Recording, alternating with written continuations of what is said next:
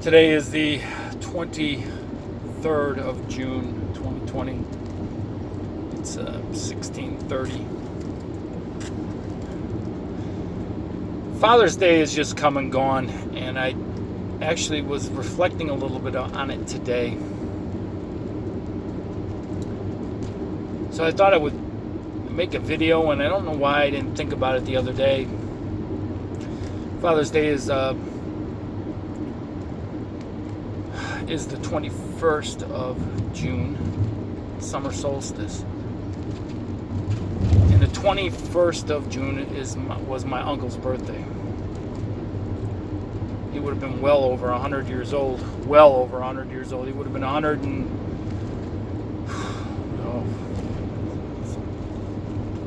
be 107 if he was still alive. And this is really what I wanted to talk about. People don't talk about it in the way we're in our culture now, because men have become so pathetic. So many men have just skipped out on raising their children and doing what's right by their children, and it's really a kind of a sad thing.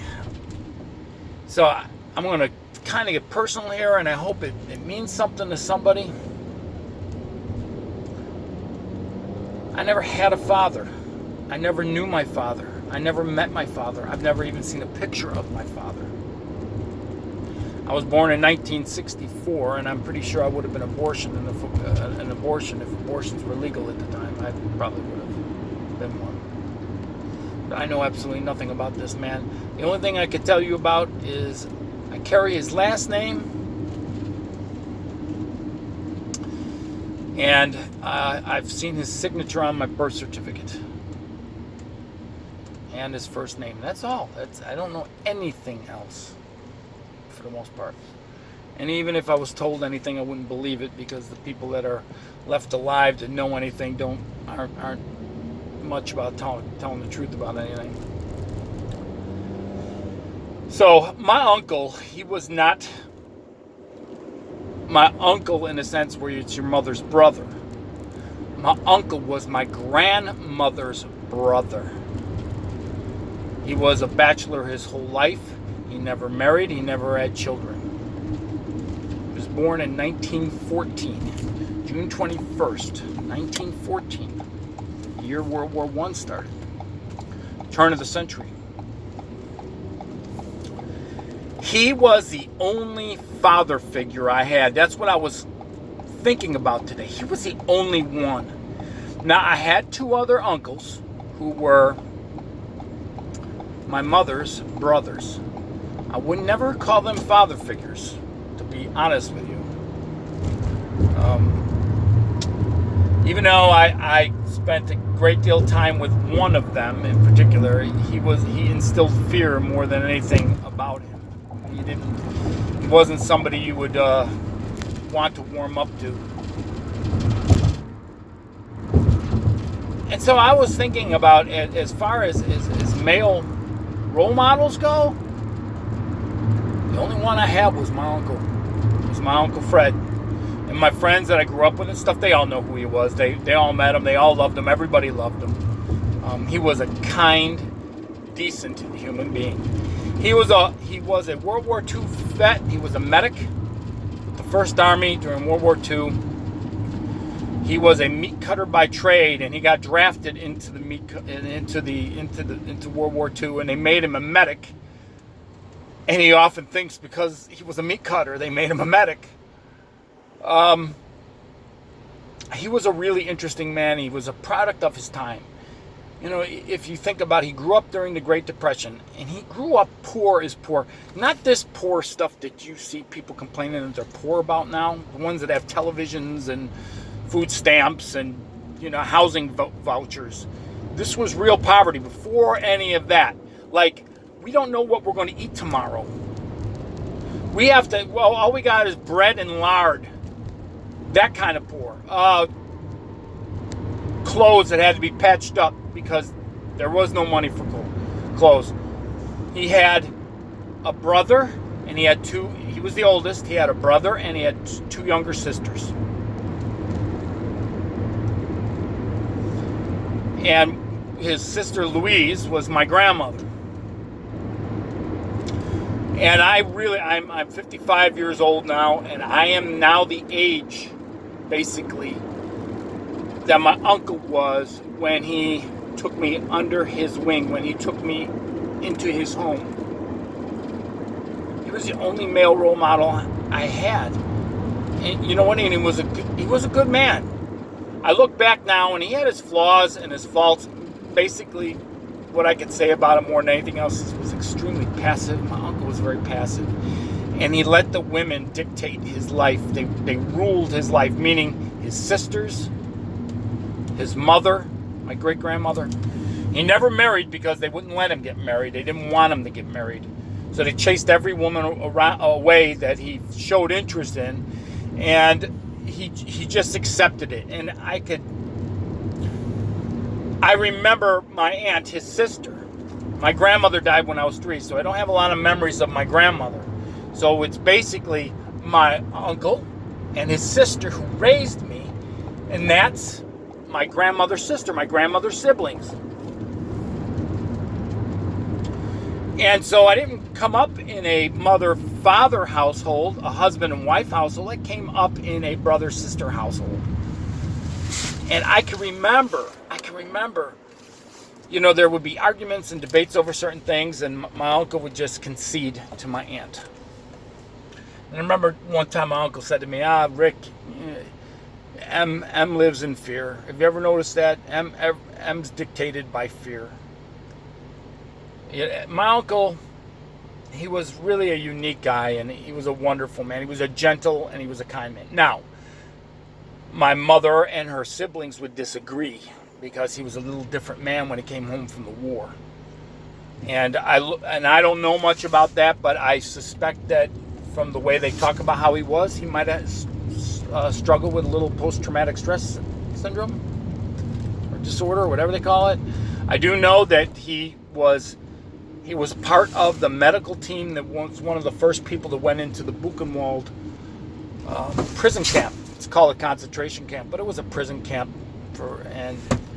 And I remember him telling me there were men that he would give IVs to rehydrate them, and they would die from shock. And so, you know, after I realized that, I thought that, man, this man might have suffered a lot of different things that I didn't realize. But by the time, you know, the war was over 20 years later by the time I come along. So,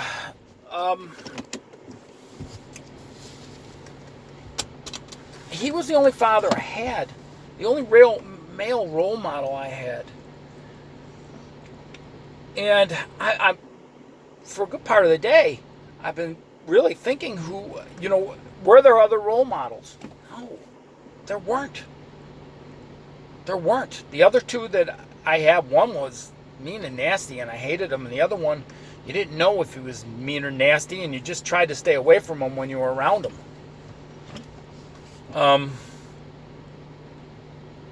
In some ways, I was on my own. Now that I'm in my 50s and I look back at my life and I look at my uncle, I'm a lot like him. I have a lot of the same likes and the things, a lot of the things that he... this is what I want to say about him. He always had an answer for any question I came to him with. Always had an answer. He always had a small library. He loved learning. He loved understanding. He was the only one out of his siblings to actually graduate high school. He loved to learn, even as an old man. I mean, in his 80s, he'd be doing math problems at his desk. He said he believed it kept him sharp. He'd stay up late at night reading books on history and other things. But he always had an answer. And if he didn't have an answer, he'd find a book. He'd bring it to me. He'd open up a book. He'd open it, whether it was a definition for a word or something about somebody I wanted to know about, a historical figure. He would find it and he would read it to me. We used to go to the library all the time, and spend hours there. The first time I voted, we went together. he had a lot of influence in my life when I look back at it. There were some things that they probably could have done better. I wish my uncle stressed higher education more, but he didn't. And I don't fault him for that, because it's from the time that they came from, and they made their way in life, and they did okay in life. You know, we were just typical middle class people, but there was never for want for nothing. They knew how to save, they knew how to skimp, they knew how to pinch pennies, they knew how to. We had air conditioning growing up, but he never put it on. So I could tolerate heat. As a matter of fact, I prefer heat because of him. Man, I remember some of those summers where the temperatures are well over 100 and you're trying to sleep. To this day, I have to sleep with a fan, because that was the only way I could sleep, was put a fan on me at night when it was 90 degrees outside and hot as hell. So I look back at my life and the influence that he had on me. And I miss him more than I miss anybody else in the family. He passed away in December 8th, 2006. He died in his sleep in the hospital of pneumonia. He kind of slipped into a coma and died of pneumonia. Some of my friends probably don't realize that. But what really was his undoing, he was in a car accident with my mother, and he got T-boned, and he was a passenger. And he had broken ribs and didn't know it, had internal bleeding, and that happened in August, and that guy, he was in the hospital till like November, and he never fully recovered. He could never really walk again. It's amazing that he even survived, and I believe he would have lived to well over 100 if that accident hadn't happened, strictly because every bit of his life was taken out of him trying to survive and recover from that accident. They basically sent him home under hospice care just to die, and he didn't. He did slowly recover. And the last 3 years of his life he was under my sister's care, my care, and partially my mother's care too. And we all made sure he was okay. And but I miss him, and there are times where I there's something I experienced, and I wish I could share with him. But I have a love of gardening. I have a love for plants because of him. I have a love of nature because of him. And I have to give him credit. He wasn't a religious person, but he knew there was a God. And he would never say there wasn't. Well, there were times he had a hard time with it, because he would see something horrible happen on TV and he would question. But the thing is he always had an answer. And I can remember this as a kid, and I spent a lot of time with him. A lot of time with him. More so, I think, than he retired by the time I was in 5th grade, and he drove me to school and picked me up from school every day, and it was a 40-minute ride. It was from 2nd grade all the way to 8th grade. It was a 40-minute to an hour ride, both directions, twice a day, for all those years.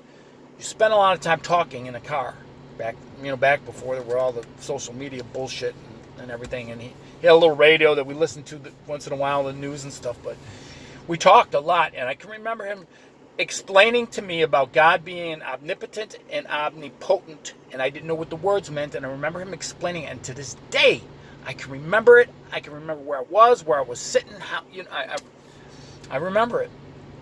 And I owe him a debt of gratitude for so much. So much.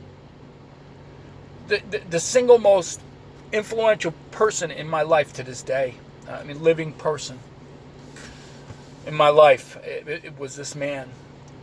I didn't have any others. And as I got older, there weren't any others either. I can look back on my peer group growing up, and I can't really say I looked up to anybody. Some of those guys I probably see more as equals, some less so.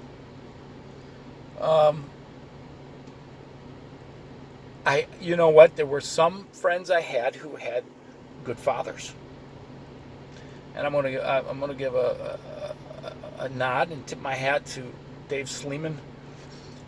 I realized today that I spent a lot of time talking with his dad, even though Dave wasn't around. And I remember his dad telling me a little bit of his life, him being a paratrooper, if I remember correctly. And I can remember talking to him. He'd be drinking beers in the front step or in the basement.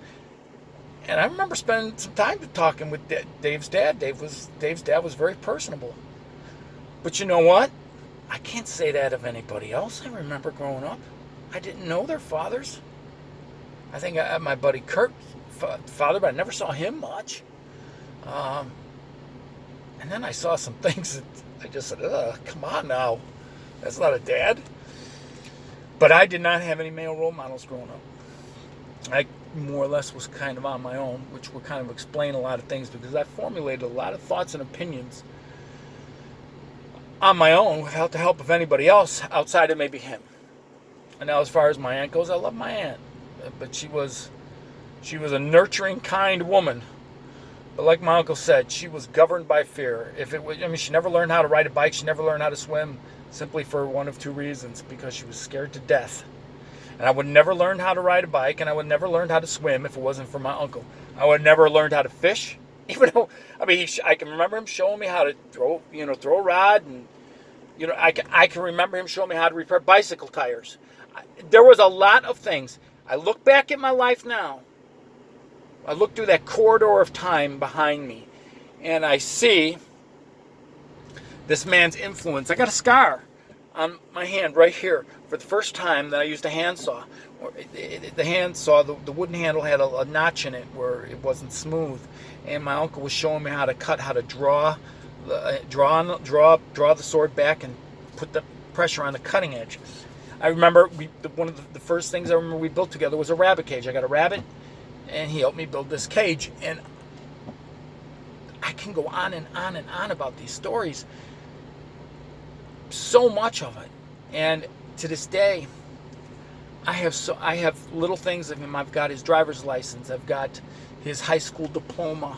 I got several pictures of him from World War II. I have a journal from World War II that he kept. I kept a family history because of him. I have a family tree because he was the one that knew his aunts and his uncles on his mother's side, and he knew them all. And I drew out a family tree, with the little branches and blah blah blah. I have it. It's on my refrigerator right now. So much, the love of history. We talked about history. We talked about the times he grew up in, what things were like. I remember him telling me where he was when Pearl Harbor got bombed, and how he felt, and the mood of the nation at the time, and here's the sad part. It's the one thing I think about. I don't have any children of my own. I thought I could pass some of this stuff on to my nieces and stuff, but unfortunately, my influence hasn't been strong enough as far as I'm concerned.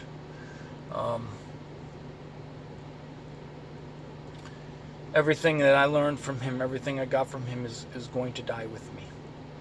It's not going to get passed on to anybody or to anyone. I still have tools. I've got hand tools that are antiques that he had. Drills, hand-powered drills that you crank like this, and I got them up in my attic. I have so much from him. And being a medic at the time, and think about this, before antibiotics, he had all kinds of home remedies for stuff that I still use to this day. I use them on myself. I use them on my animals. I learned a lot from him. And who I am has a lot to do with who he was. That man was my father. He was my, there's a line from Guardian of the Galaxies, the second one, where it says, that man may be your father, but he isn't your daddy. He was never your daddy. Or he might have been your daddy, but he sure wasn't your father. And you know what? That's a true line. Any man watching this, be a good father to your children. Put away the nonsense. If you're womanizing, put away the womanizing. If you're drinking, put away the drinking. If you're on drugs, put it away. Focus on your kids, spend time with them. Let them know that you love them. Teach them how to be a man. Teach them how to be a good father and a good husband. Teach them. Don't ignore your children and sideline them. Don't get lost in football and baseball and all this other stuff. Teach them things and skills and things that they can go on to another life. I heard my uncle swear once. He spilled a bucket in the pool. He was scrubbing the walls of the pool down with some bleach, and he spilled the bucket. And I was doing some work outside of it. And I heard him spill the bucket, and he said, "Fuck."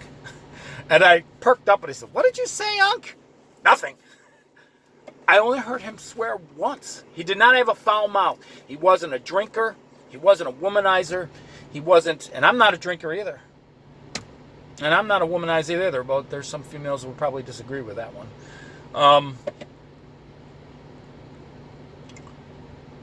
I'm a lot like him. I just have a love for knowledge, a love for understanding, a love history, partially because of him. I can remember struggling trying to learn my times tables, multiplication, and he took construction paper and taped them all around the kitchen for the timetables, and we'd go over them every day. He would sit and he would put up with me being frustrated.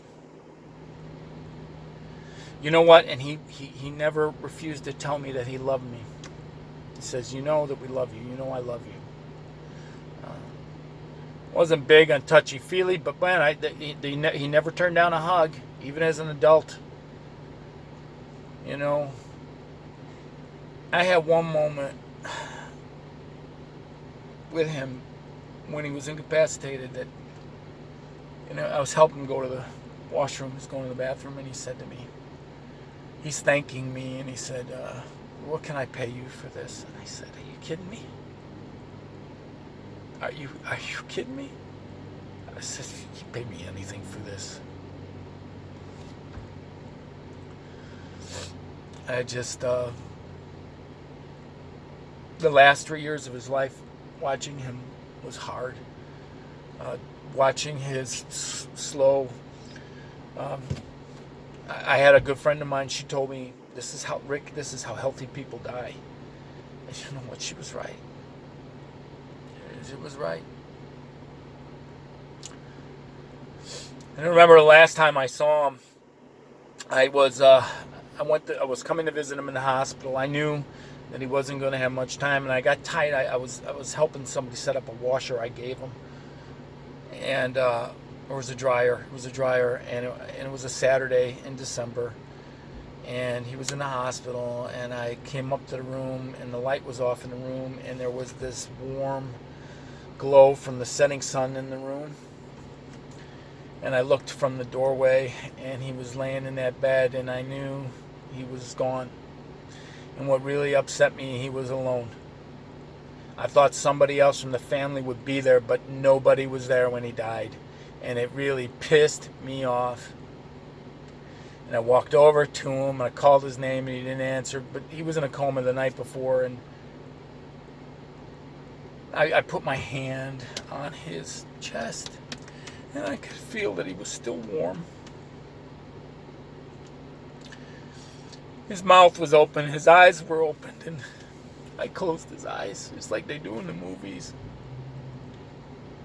And I cried on his chest. I remember crying on his chest as I embraced him and wished him farewell. And I remember him telling me at that moment, I remember when I closed his eyes, I remember him telling me he did that to my grandmother when she passed in the hospital. That he took his hands and closed her eyes. So I visit his grave from time to time, clean it up. It's right next to my grandmother and my great-grandmother and my great-grandfather and a couple of her siblings. And I do visit his grave once or twice a year. But, now that I'm getting older, I think more about him, how much influence he had in my life. And I never, ever think, I don't really recall if I ever said Happy Father's Day to him. But I want to say, Unc, wherever you're at, happy Father's Day to you, because you were my father when I didn't have one. He didn't have any children, but he did have me. And in the end, I was like a son to him, and more than anybody else in the family was, regardless of what they think. So the whole reason I did this was kind of honor his memory, but I also want men who might be seeing this. I hope that your children or the young men that you have influence over can say these things about you. And if you're not this kind, you're not perfect, but man, if you got some major shit going on where you're going to bring the... My great-grandfather, my uncle's father, was a mean drunk, was abusive. And my uncle's siblings hated him for it. Particularly the girls, my grandmother and my aunt. But I can remember my uncle always saying, "Oh, Pa had it hard." My uncle had an understanding about my uncle being a German immigrant when it wasn't a popular time to be a German immigrant, and there were some challenges that he had to face, and he ended up losing an eye, and he ended up being discriminated against, and it was part of the reason they never did well. And my uncle always had kind of an understanding about him, where the others didn't, and they hated him, but my uncle refused to hate him. And my uncle looked after him in his last years of his life, even though he was separated from his wife, my great-grandmother. So, men, leave a legacy. Leave a good legacy to your children. And remember to be kind, understanding, be teachable, and be a good example. Don't be foul, don't be nasty. Leave a lasting good impression on your children, be they girls or boys. But be men, be real men to your boys, and teach them how it is to be a real man.